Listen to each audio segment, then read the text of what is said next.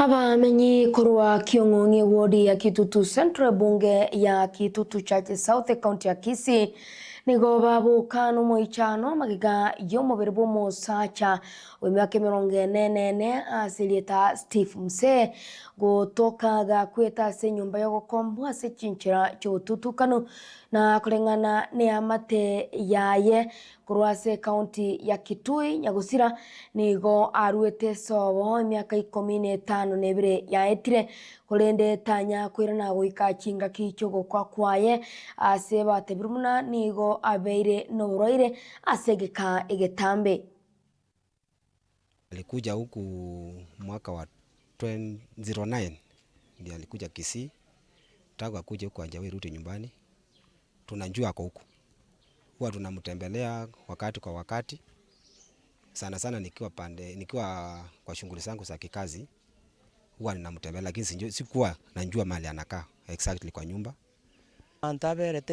Aberete nyumba matuka abantu batamanyiti lakini ndutumate ngakariga gasi.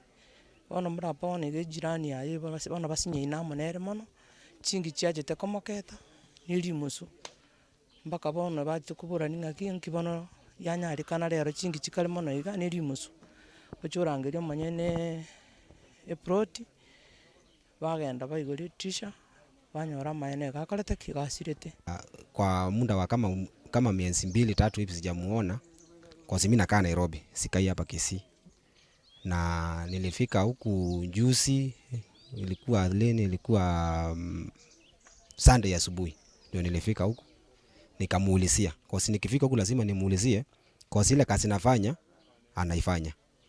Nilimuulizia nikaambiwa kuna siku kadhaa hajaonekana kwa nduka. Kwa sababu kuna ile nduka tunanunuanga vitu, nduka ni mbili.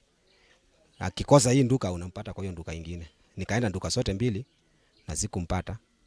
Nikaambiwa kuna masiku kadhaa bila kuonekana. Steve alikuwa anakohoa sana, alikuwa na shida ya kukohoa. Unakisikia na ile kikohozi alikuwa nayo ilikuwa ya hali ya juu sana. Ni kama hii kifua tunaita asthma.